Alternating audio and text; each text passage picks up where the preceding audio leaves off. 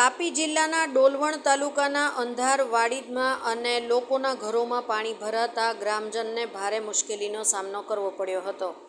દક્ષિણ ગુજરાતમાં 5 દિવસ વરસાદની આગાહીના પગલે આજરોજ તાપી જિલ્લાના ડોલવણ તાલુકામાં ભારે વરસાદ વરસી રહ્યો હતો અને લોકોની વાડીમાં તેમજ ઘરમાં પાણી ભરાતા લોકોને ભારે મુશ્કેલીનો સામનો કરવો પડ્યો।